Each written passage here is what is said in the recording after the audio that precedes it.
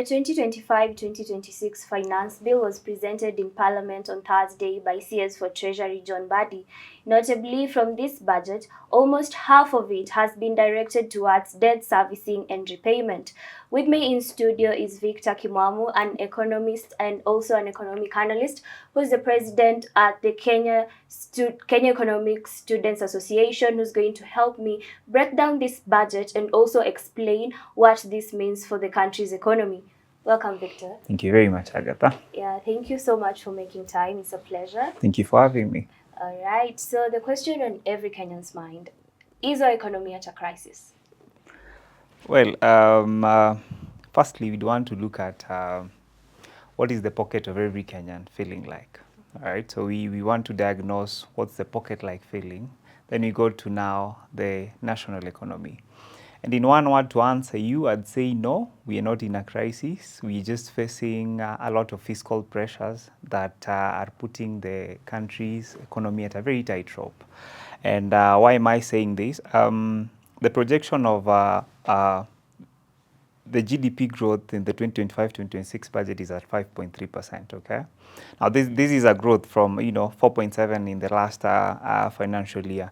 Now, looking at the inflation rates again, we are coming from an inflation rate of almost 9.6 in late 2022, and now we are at an inflation rate of 3.8 according to Central Bank of Kenya.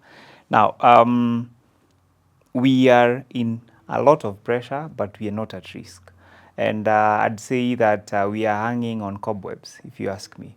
Mostly because, the pressure around what you've mentioned, debt servicing, the pressure around, government revenue, the pressure around, the revenue expenditure and all that. So we are not in the crisis yet, and the headlines are pointing towards crisis, but we are hanging on very, very tight pressures, if I'd say so. Okay, so CS John Mbadi revealed that 800 billion is going to be collected in revenue, and he also said that over 500 billion is going to come from Kenya's pockets. So from this revelation, is the private sector going to be strained? What the CS actually said, or with regards to the numbers that are going to come from the Kenya's pocket and the private sector, we are looking at the situation where we call it the credit is the normal mwananchi's pocket is slightly going to be strained, all right, because he's looking at a point where we want to do internal borrowing. But if you look at the numbers again, close to 67% of Kenya's borrowing is external. So to some extent, I agree with you that we are heading to very, very tighter times with regards to the economical pinch of our pockets. But let's see how it plays, because again, he also mentioned that there are no taxes that are going to be added, of course, as it is on the finance bill. But I know as you will read, and those who've read will agree with me, as much as there are no taxes on the finance bill, certain taxes have been removed on certain products, which is going to bring a strain on the pocket. So yes, I agree with you. The private sector is slightly going to, feel the pinch, but let's see what the stakeholders have to say. Whether it's the Kenya Association of Manufacturers, KESA, the Kenya Private Sector Alliance. Let's see the analysis on this and what they have to say, so that we also get their indicatives and what way forward they will propose. All right. So moving on to the budget allocation, the affordable housing project was allocated 120 billion in the budget, even beating county allocations. And the levy is being treated as a tax, despite it being deducted from individuals' pay. Is there a risk of double funding, because we are noticing that we have budget allocation for affordable housing, then we also have deductible tax from employee salary for affordable housing? So is there a misalignment? Well, you see, being in government is at times interesting, okay? Because one, you have to fulfill the government agenda. That is, the bottom-up economic transformation agenda that, the president under his party, the UDA party, promised in the manifesto. But looking at the affordable housing, which I'd say that, the president has really taken this up in all dimensions and shifts he can. One, there is the 120.2 billion of the budget. That's 2.8% of the budget, okay? Yeah. In comparison with certain aspects of the budget, especially in health, the primary health care and whatnot, this is a very high budget for affordable housing. But you've asked, is the common mwananchi being double taxed or double paying for this, because there's an allocation on the budget for the affordable housing, and there's also the deduction. One, the 0.5% that is being deducted, it's individual, as you've rightly put it. It's coming from the individual's salary and pocket. And we also have the national treasuries. They've said now the gross allocation. So where does this put us? One, this is double taxing, because one, you're paying it with your pocket. Then again, you're using your revenue to again allocate the whole fund of affordable housing. And where this will leave us is in something we call misalignment of resources. Yes. Okay? Because you cannot promise Kenyans that we will use your salary to do this, then again use the same revenue for the same people to do the same thing that their salary is doing. Then where is the misalignment coming in? All right? And I think it's double payment. I don't think it is clear it's double payment, and there is a great misalignment in the allocation of resources, and what this is going to do that the deduction from the salaries is not doing yet. Okay, still on the very same, the pay is for social development. Yeah. But then the president is also saying that over 200 markets are under construction. So what is the then purpose of payee when we have funds from the affordable housing being directed towards the construction of schools, the construction of markets? So is that also a form of double taxation? Well, firstly, I think using the money meant for affordable housing in issues that are not affordable housing is what I was saying is misalignment of priorities and using the resources of the mwananchi in a wrong way. And I think the president has violated the Public Finance Management Act, the PFMA Act, which said earmarked funds cannot be used for any other thing than what the funds are marked for. All right. So with regards to that, I think number one, we can approach it in a legislative way where we can say we can amend the Finance Bill 2025, where we say that we prohibit the levy diversion. Okay, if we say affordable housing levy is being used for building the houses and all that, then that is what it's supposed to be used for. In a question where we want to take the money meant for affordable housing and use it for markets and building schools, yes, it may sound like it's a right approach and everything, but we're using the resources for one thing to do another thing, which is completely wrong. So I think the president has violated the Public Finance Management Act on the earmarked funds, and if you ask me, we also call upon this is where the Auditor General is supposed to come in, to come and audit this and publish the project level based expenditures on these affordable housing that have been used so far. Okay. Yeah. So when we are talking about allocations, we look at health, and this year's health budget is 133 billion. That's a drop in the allocation for UHC, which dropped from 42 billion, which was money allocated for it last year. And the current allocation is at 6.2 billion.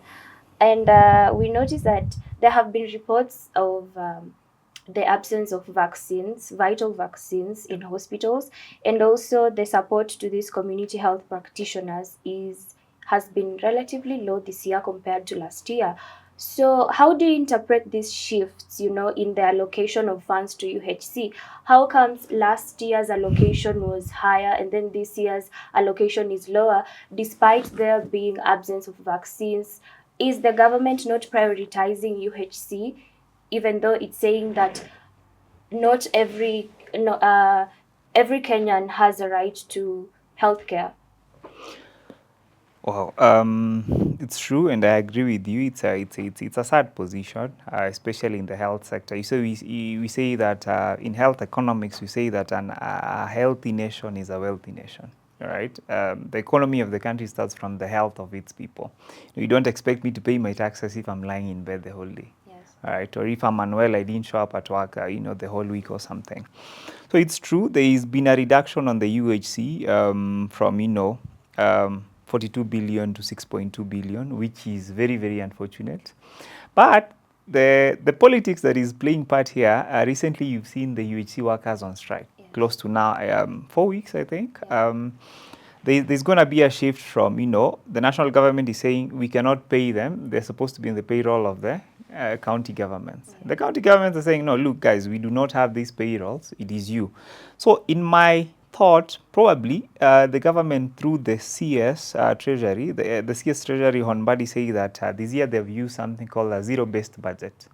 Now, zero-based budget is where, Agatha, say you in the Department of Finance or Health, you come and explain to us, why do you need this money from a 0 point? So it's, last year we gave you 5 billion, this year we're giving you 0 until you justify why we are supposed to give you 5 billion or more. So in my mind, probably the politics that is playing part here, number one is the national government shifting the UHC workers directly to the county. So they've slashed the budget of the UHC workers from the national budget. And so a reduction of 42 billion to 6 billion, that is close to 85% cut, if my calculations are not so wrong. If that is so, then the next question that we ask ourselves is the alignment in order, because the county governments through the health chairperson, the governor of Tharaka Nithi said no, they've not agreed on XYZ. The budget has already been read. So which side do we want to shift? Do we want to take the UHC workers to the county? Do we want to take them, or do we want to retain them back to the national? The CS health on Dwelly is saying no, the UHC workers are county. So maybe that is part of the politics that may have played part in the reduction of the UHC budget, but no one has come out clearly to say we've reduced the UHC budget because of X, Y, and Z. And so on the question of the vaccines, it's true, and I agree with you. We've had a shortage of vaccines.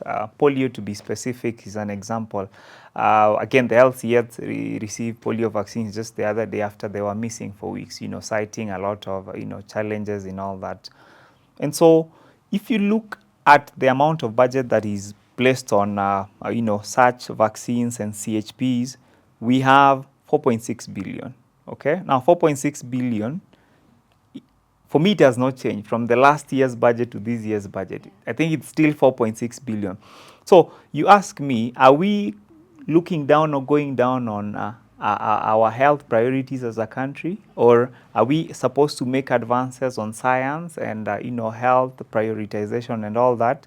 The question therefore lingers in my mind is, what should we expect in that? Number one, Agatha, if you ask me, I won't be surprised if we are going to stall the progress of free maternal care.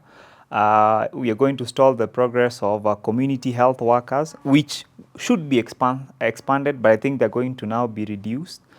We are also going to stall disease surveillance, because we don't have the capacity with regards to resource allocation to enable us to do that. Now, if that is so, then what I would propose personally is that the legislative house, whether it's the Senate that want to pick up this conversation or it's the National Assembly, should, tell us or legislate a law, a bill into law that says there should be a minimum allocation for, say, health budget that goes to primary health care directly. So if this is, the health has been given 42 billion, for example, we should have a 15%. That's just an example that goes to primary health care directly, so that we have these CHPs, disease surveillance rapidly on the grow, so that as a country we move forward. Health is very, very critical, and you cannot afford to, mess at it with at any point. Yeah, I was actually very surprised when health actually came after the budget for defense, the police budget, because health should be a priority. I understand education came at number one, but I expected health to come second. Well, it's true. Well, there's been questions of the financing on security and security apparatus, which is very high. So, we're asking ourselves, why is it that we're financing security and security organs very high, yet, it's not like I know we are supposed to be very vigilant and very, very keen and active around our borders on surveillance, but is it so necessary, comparing security and security apparatus and the health priorities? It's a question that we also want clarity from, the government through the Ministry of National Treasury. Okay, is it a mislined, priority? For now, we'd say it's totally misalignment of priorities. Totally misalignment, if you ask me. Yeah, especially with the anger on Kenyans towards the police department with the death of Alberto Ojwang, and then we see that the police department has actually been allocated more money compared to even county allocation. Yeah, I think a lot of Kenyans are very angry regarding the budget, but the platform to be angry about is just not being given to us. That's like you're telling Kenyans, we've been caning you with slippers. Now we've added more resources to go and buy more strokes. Now we'll be shifting from just tear gases.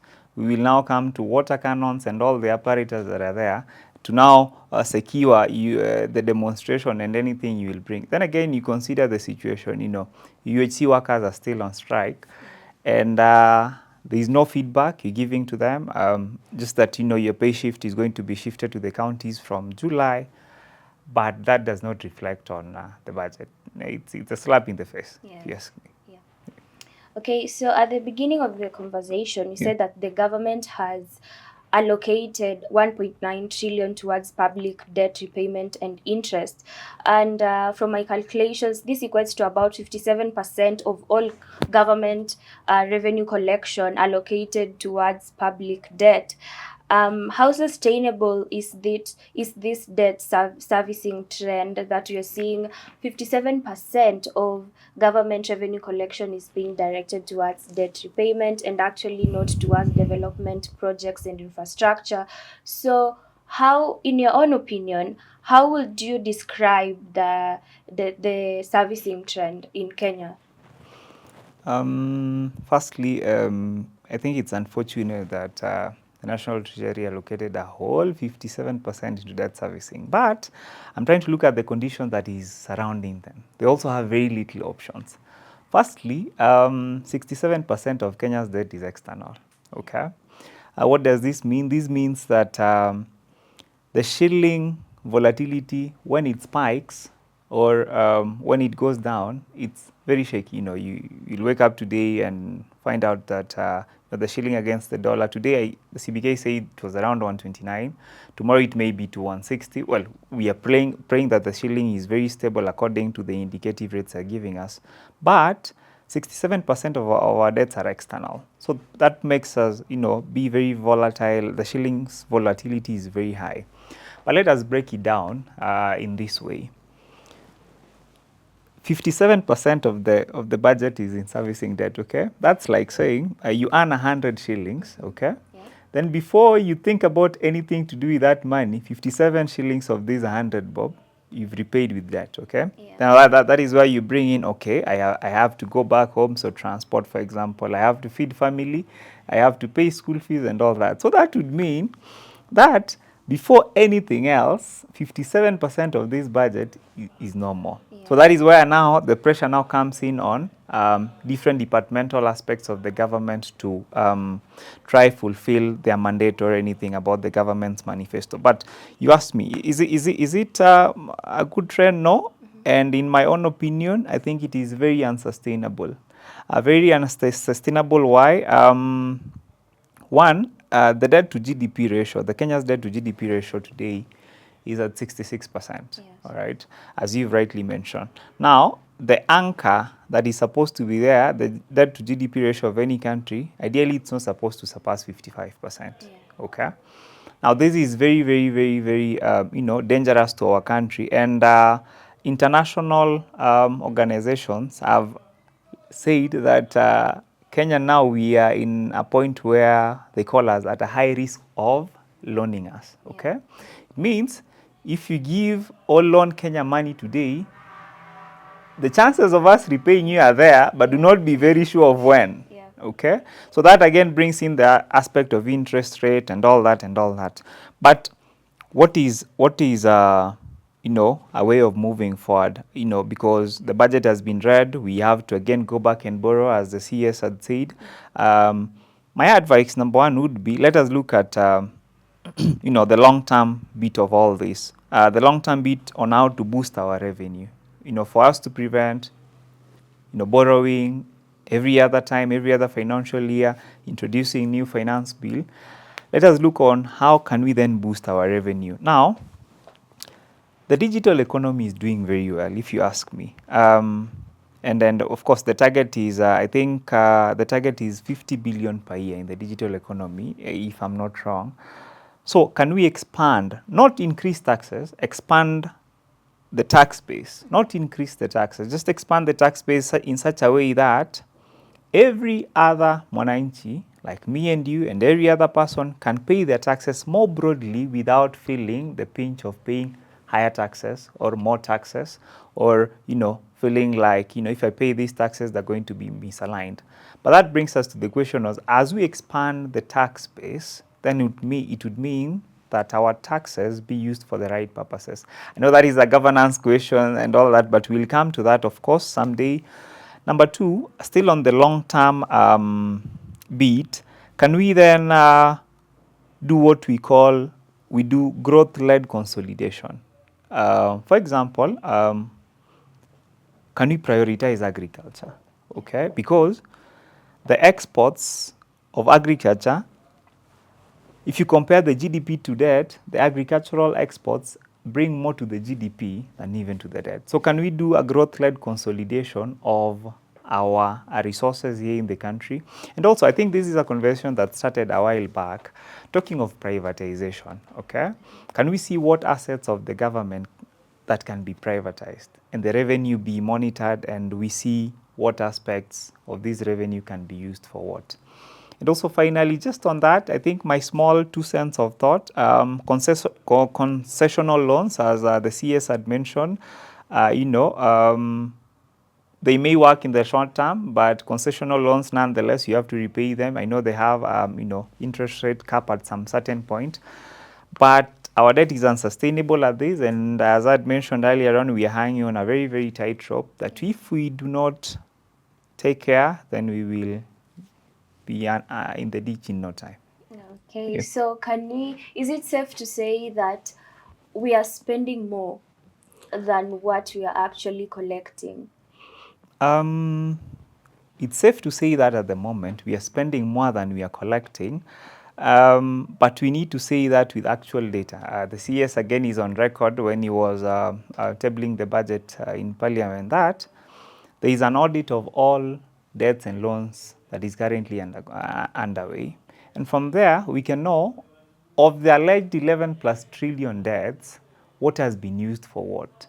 Can we exactly check that? If we said we took a loan of 500 billion and say we put it on, you know, the roads or energy, was it really done? First of all, what is the return on investment, the ROI? Yeah. But for now, I think we are spending more than we are getting, which is very, very dangerous for an economy. You've mentioned agriculture, and I understand that one of the elements of an economy is, of course, production and consumption. And in the proposed Finance Bill 2025, agricultural production has been hit hard by the proposed removal of the 16% tax refund on essential inputs such as fertilizer. And I understand that if production is interfered with, consumption is going to be tampered with. So, and the government is proposing that they want to achieve 3.4 trillion revenue collection. So how is the government going to achieve this collection if one element of the economy is being strained at the expense of the other? That's a hard spot, especially now that I'm not in government. So if you ask me how the government is going to achieve this collection, As an economist, yeah. from an economist point of view, firstly, I think it's unfortunate that the Finance Bill 2025 has, the 16% VAT refund on farm inputs has been removed. That includes seeds, that includes pesticides, fertilizers, and all that. Now, where does this put us? The projection is the spike the spike in production cost is going to be high in 10 to 15%, where you will see that uh, the value or the amount for production of any farm inputs from fertilizers to seeds may go up to from 10 to 15%, depending on the area and the region. Now, where does that put us? That puts us at a very, very interesting place where we want to, number one, and actually before I even go to that, do you know the bottom-up economic transformation agenda, they said 47.6 billion agricultural budget, where they were saying, the subsidies and the value chains, it undermines what exactly they said. When the finance bill now comes and removes the 16% VAT and all that. So the question is, we need again to be, we're saying food should be, in the government stores and all that. But the question is, are we really looking forward to achieving that? If we want to increase the production of agriculture by removing all these, are we really looking forward to increase that? Or was it a political gameplay when we said we've subsidized fertilizers, we've subsidized, farm inputs and all that? Or is it true? This is where now the politics play part, or was the fertilizer, first of all, not even a Kenyan one? But where does that leave us in regards to the revenue collection risk, as you've mentioned? Number one, when there is the higher cost in farm production, then totally you can expect lower yields any day, anytime. Right? Now that would mean we are reducing the agricultural exports, tea, coffee, and all that. What then does that mean? We are shrinking the tax base. So you're reducing the agricultural input, the yields are coming down, so the tax base is going down because now we cannot export, and that to GDP is coming down. That is sad. But how then can the government, do more revenue collection, if you ask me? Number one, I think there's been, according to, again, the Kenya Ports Authority, there's a lot of smuggling going on in the ports. And the Kenya Ports Authority is on record that they're saying that 100 billion Kenyan shilling is lost in illicit trade.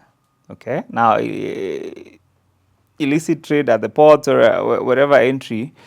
Now, can we tighten the ports and the entry places of our country? Okay, that is number one, if you ask me. Number two, I can come back to this finance bill and ask our legislatures, can we amend this finance bill in a way that we even refund the VAT for certified farmers? There are farmers who have large tracts of land. The other day I was in Kericho, and farmers have hectares and hectares of land. If you remove farm inputs for this farmer, definitely you don't expect the same yields. So such farmers who are certified by, whether it's Kenya Tea Development Agency or whatever agency of agriculture that is there, can we have the 16% VAT refund for them? Just certified farmers. If the government says we've removed it for all farmers, can they consider certified farmers, by the county or whichever organization that are there? Again, I think the government can capitalize on digital taxes, okay, where it can be very, very keen to see what is happening in the digital space, not increase taxes, no, but see on how they can collaborate with, the young people Ministry of Youth, to see on how they can capitalize on the digital space. If you ask me, they can enforce the already 1.5% on the digital asset tax to non-resident. the National Assembly, that is the Parliament, whether it's the Senate or our National Assembly, should be very stern on the kind of legislature that they bring to law. And some certain key elements of the finance bill, according to me, should really be amended. Okay. Number two, the economy is growing a bit steady, but there is still the debt burden. Now, what does the debt burden do? It threatens stability. Okay, the stability of the economy, and the stability trickles down to me and you with regards to our pocket. The next thing I'd want to say is on this housing bit of everything, I think there is a trend of ambitious spending. I'd call it ambitious because there's no transparency in this. That is why I say the Auditor General should tell us, what revenue expenditure is used for which project and what has it done so far. So there is an ambitious spending on this housing, which they're not telling us how and why. On health, we've clearly seen that the UHC cutback is risking a lot of rural healthcare centers, and we would advise a reallocation of the whole bit of that. And then, talking of debt, can we think of how we can refinance debt using concessional sources? For we could cap high cost borrowing, to some extent, and say this is where we are and this is where we reach. And if the Parliament acts on that, then that is where we should reach. But unfortunately, Parliament will say this, and the next day you hear it has passed. It's a very tricky position to be in, especially with the political plays and parties that are playing around the country currently, where you're not so sure if you have an active opposition in Parliament, or the opposition are in broad, or as they say, bread or base government. They're sharing bread and butter. And so my advice would be, we just need strategic, smart reforms that would help us calibrate on spending our taxes and efficiency in our revenue collections, and more even better, how we can account the collected revenue with regards to different projects that we do. You've talked of unemployment. That's a whole question. The argument from the president is the housing levy creates employment. It brings on industries, manufacturing industries. But the question is, how sustainable is that? Okay, and what percentage of youths are being given that? He says, the bit with our president, you're not so sure where he gets his facts. He says 10,000 youths on this, then the next he says 20,000. So can we have a figure of the affordable housing? But the question that is outside here is, how many youths can be employed in the affordable housing? Yeah. The employment rate in Kenya currently is a bit high as well. Yeah. The KNBS released the figures just to get the correctly, but it's a bit high. Thank you very much for coming, Victor. Victor Kimwamu is the founding president of KESA. It has been an insightful conversation here in studio. Make sure you keep in touch with us in all our social media platforms. Stay tuned to the Kenya Times, by the people, for the people. My name is Agatha Nafula.